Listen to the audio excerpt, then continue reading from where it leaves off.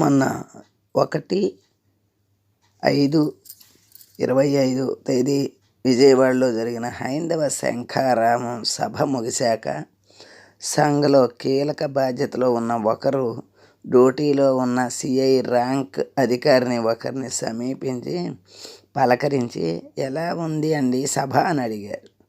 అందుకు ఆ పోలీసు అధికారి ఇచ్చిన సమాధానం ఏంటో విందాం. ఇదేమీ సభ అండి, ఒక మందు బాటిల్ పంచలేదు, ఒక బిర్యానీ పొట్లం ఇవ్వలేదు, డబ్బులు పంచలేదు, ప్రజాదరణ ఉన్న నాయకుడు ఒక్కడు లేడు.